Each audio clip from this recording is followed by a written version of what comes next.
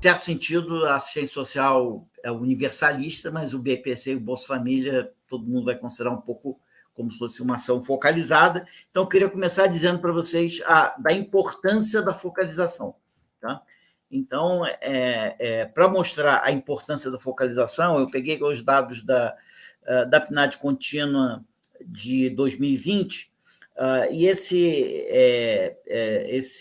essa tabela ela mostra o seguinte, que se eu pegar os 20% mais pobres no Brasil, sem as transferências em 2020, a renda per capita deles era R$ 79,00 por mês, ou seja, pouco mais do que R$ 2,00, R$ 2,5, talvez, né?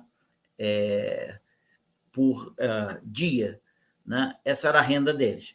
Mas, nesse momento, o Brasil estava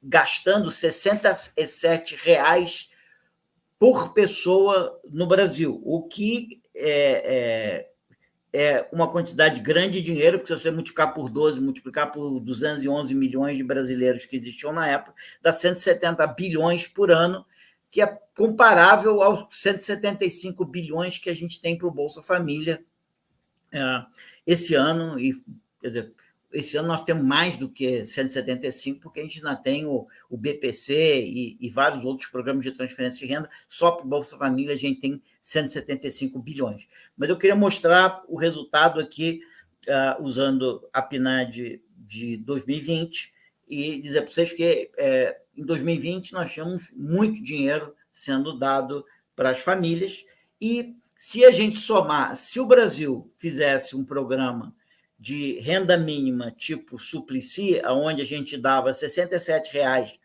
tá? Quer dizer, a transferência aqui é R$ 67,00, né? Como eu falei, R$ 67,00 por 12 meses para 211 milhões de brasileiros. Se a gente literalmente fizesse isso, desse R$ 67,00 para todos os brasileiros, a renda dos 20% mais pobres, cada um deles receberia R$ 67,00 e, portanto, ia aumentar para R$ 124,00, que seria um aumento de 57% na renda deles.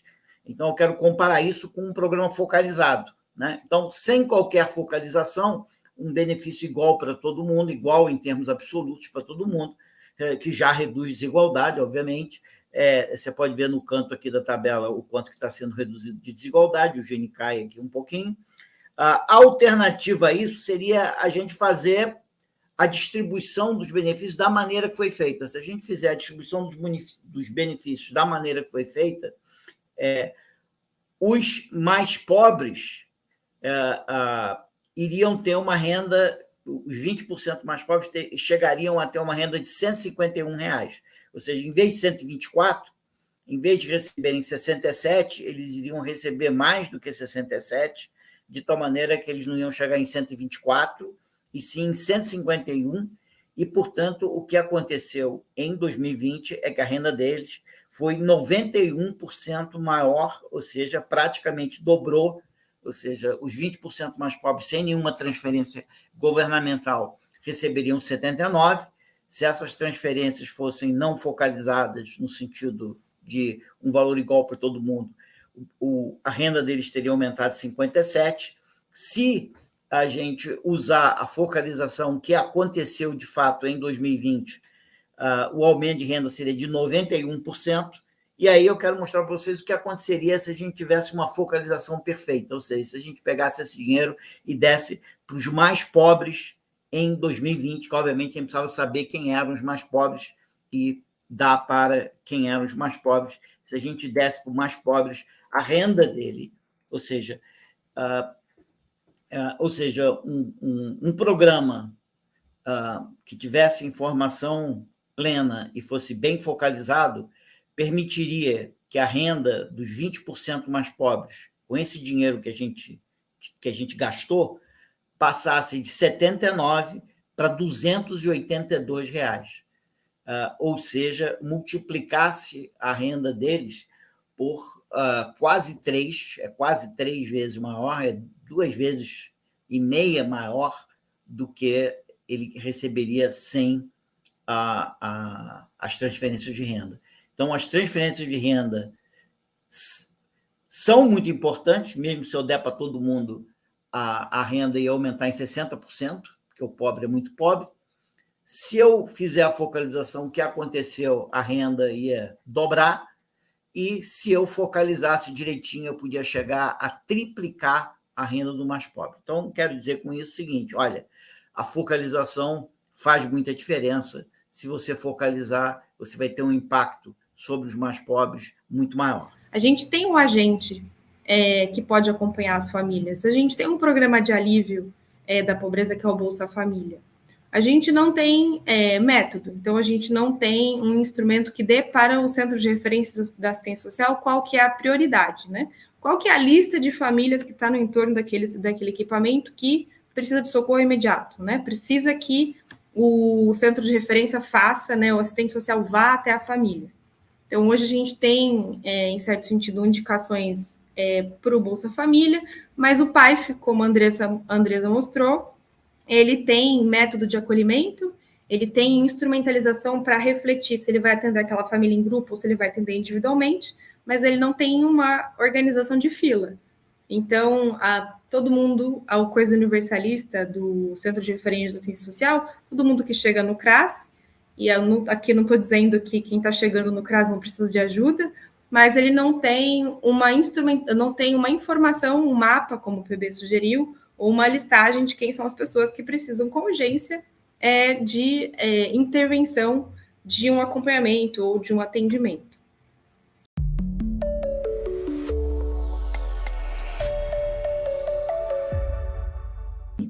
Bom, como fazer uma boa focalização? Então, como fazer uma boa focalização? Então, nossa proposta aqui para fazer uma boa focalização está baseada no seguinte: o que é cinza é feito fora do CRAS, tá? E o que vai estar em azul é feito dentro do CRAS. Então, o que a gente acha é que uma boa focalização, ela, em primeiro lugar, ela tem que vir para garantir a equidade horizontal, garantir que a gente tem um mapa da pobreza de tal maneira que a gente possa dizer para cada município e para cada área dentro do município, estatisticamente isso é possível de ser feito, você dizer quantas pessoas pobres, quantas pessoas vulneráveis tem naquela área. De posse disso, você deveria ter que a equipe do CRAS ia realizar o cadastramento com base em visitas domiciliares de um número ligeiramente maior do que essa cota, né? Digamos, 30%, 40% maior do que a cota seriam cadastrados. Além disso, ao invés de usar simplesmente a renda declarada como uma forma de organizar a fila dos mais vulneráveis, o que a gente acha é que o cadastro único tem, sei lá, uma centena de informações e a gente deveria usar não só a renda declarada, mas todas as outras informações obtidas através do cadastro único para criar um indicador da renda presumida daquela família, tá? E isso, quer dizer, descobrir quais são essas variáveis e pesos dessas variáveis é um problema para Brasília resolver. Então, Brasília faria o mapa, o IBGE faria o mapa, Brasília e os seus estatísticos faria a identificação dos pesos.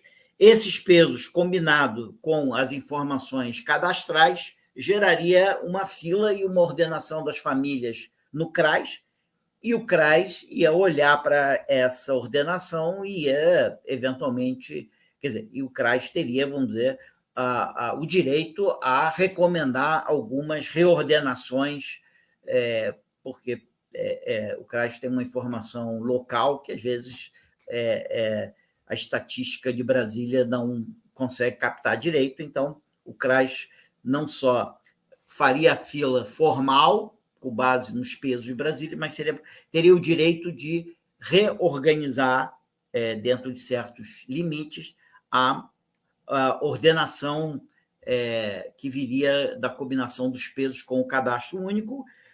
Dado isso, ele submeteria essa lista ao Conselho Municipal, que ia validar ou não certos aspectos dessa lista, e uma vez a gente tendo a lista validada pelo Conselho Municipal da Assistência Social, a gente submeteria isso ao gestor central, que ia bater essa lista depois com vários outros arquivos, tipo a RAIS, tipo a Previdência, tipo arquivos de posse de veículos e outros arquivos, de tal maneira que possa retirar dessa lista pessoas que claramente não deveriam estar nessa lista. Então, isso seria uma proposta de como você poderia montar um sistema de focalização mais adequado. Então, basicamente, o que você tem que fazer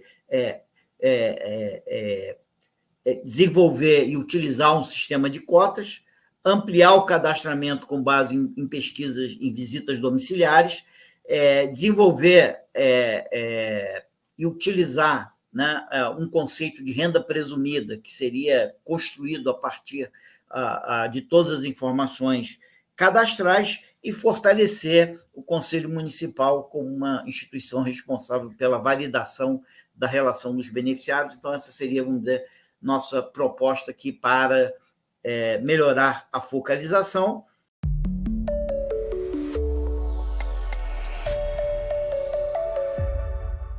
Aí eu passo, então, vamos dizer, dado que você já descobriu quem são as pessoas mais vulneráveis, agora nós estamos querendo promover a inclusão produtiva dessas pessoas, nós estamos querendo garantir o acesso ao trabalho para essas pessoas, que passou a ser um problema muito mais grave no Brasil.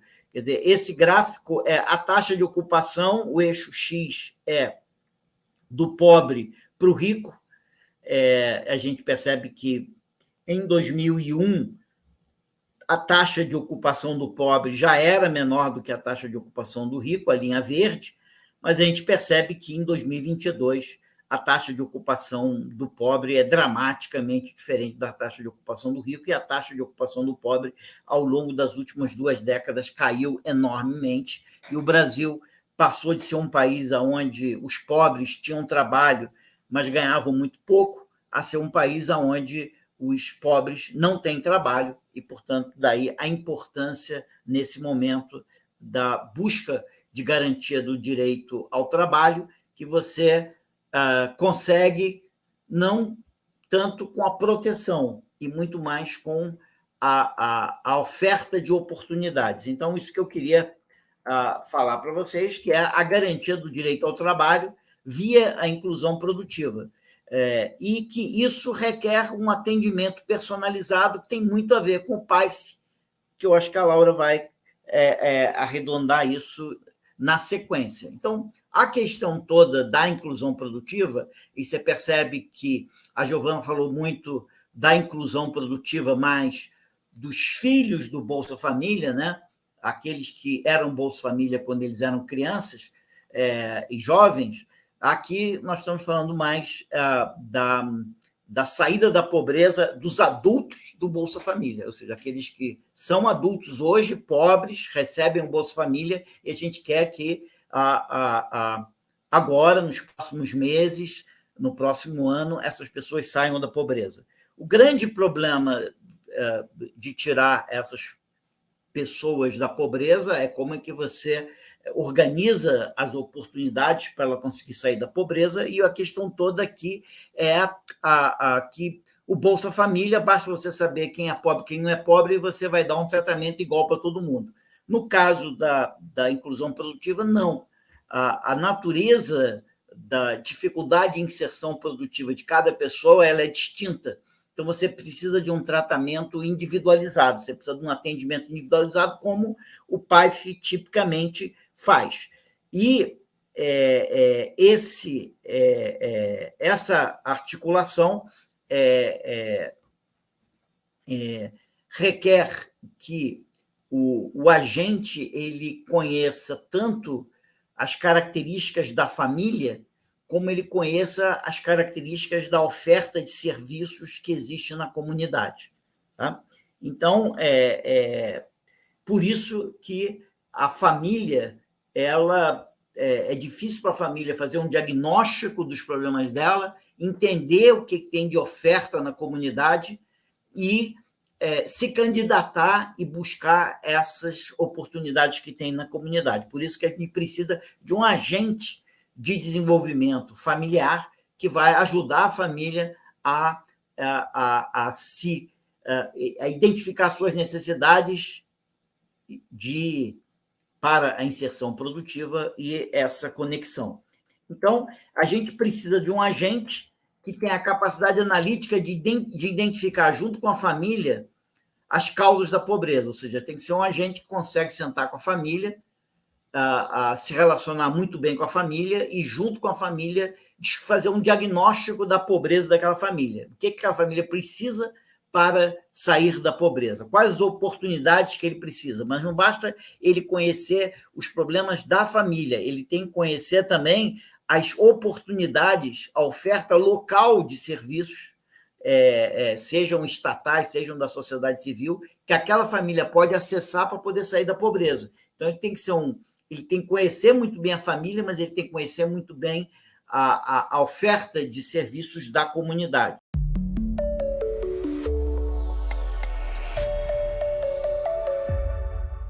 Uma vez que a gente tem uma pessoa na ponta que pode fazer o papel de desenvolver aquela família, o agente precisa de uma lista de quem que ele precisa ir atrás, ele precisa de uma instrução de como que ele vai fazer para aquela família superar aquela condição. O Chile faz isso. O Chile tem um programa que chama o Puente e ele detalha, num conjunto de 11 encontros, quais são as ações que precisam ser feitas em cada uma das etapas. As ações começam primeiro pela parte da justiça, né? Então, as ações começam com essas famílias terem a documentação, checar se elas têm a documentação, se elas têm os devidos registros para se inserir na sociedade, RG, CPF, endereço. O segundo caminho é a saúde. O segundo encontro com a família envolve checar se aquela família está em condições, né? Ela está com as suas questões de ordem de saúde bem equacionadas. E aí, o agente de desenvolvimento apoia aquela família, caso ela já não esteja, a cuidar das suas questões de saúde. Em terceiro lugar, a discussão que é feita do agente com a família, ela é sobre potencialidades, que a Andresa falou essa palavra várias vezes, né? O PAIF faz muitas reflexões sobre potencialidades, mas ele tem um método para identificar qual que é o potencial de construção, de geração de renda daquela família, que potência que ela tem. A família tem uma criação de galinha, tem uma plantação, tem uma habilidade de empreendedorismo. Quais são as habilidades que aquela família tem? Uma vez que essas habilidades são identificadas, o Chile reforça essas habilidades. Ele orienta para uma qualificação profissional, ele cria um grupo de outras pessoas que já exercem essa atividade e ajuda a família a escoar o produto, caso seja a produção de algum produto. Então, existe um agente que vai até a família, isso a gente tem os assistentes que estão previstos, como a Andresa mostrou naquele quadro, pré-previsto que eles façam busca ativa, né? Eles vão atrás. O que a Andresa não falou é que eles recebem uma lista de quem precisa de atendimento prioritário. Então, a gente não tem uma instrução para os assistentes de quem é prioritário e a gente não tem uma instrução de um conjunto de encontros com um método muito bem regulamentado de como eles fazem para que aquela família vire autônoma. Isso a Andresa também falou, que existem nos SUAS serviços e programas. Um programa, ele vem para fortalecer um serviço. Então, acho que o PAIF talvez precise de um programa que dê uma lista de prioridades para os assistentes sociais, prioridades de famílias que precisam de atendimento. Isso não quer dizer que as outras famílias que forem buscar ajuda não precisam ser atendidas. Precisa de método, de uma sequência de que instrumentalize os assistentes para o que eles têm que fazer em cada etapa.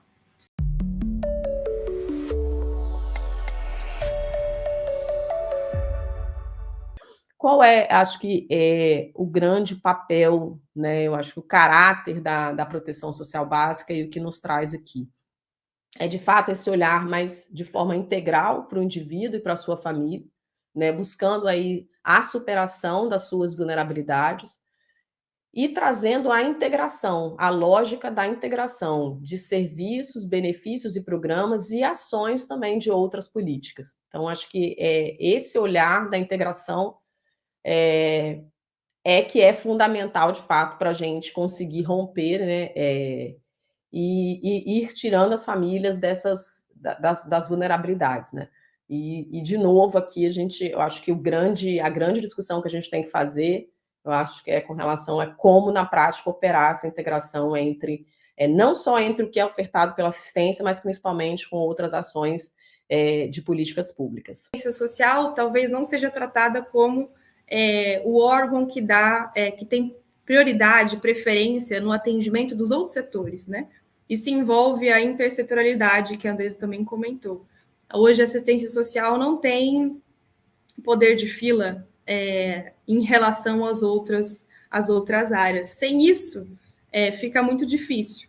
Ele precisa ser capaz de assegurar acesso prioritário dessas famílias a todas as oportunidades disponíveis na comunidade. A comunidade tem que entender que as oportunidades disponíveis têm que ser oferecidas com prioridade a essas famílias. Então, quem vai encaminhar essa família para todos esses serviços é esse agente. E um encaminhamento desse agente para todos esses serviços, quando alguém recebe um encaminhamento dele, ele sabe que está recebendo um encaminhamento de uma família que foi identificada como sendo vulnerável e que, portanto, é prioridade máxima da sociedade, daquela comunidade, dar atendimento a essa família e, portanto, ela vai ser atendida com absoluta prioridade.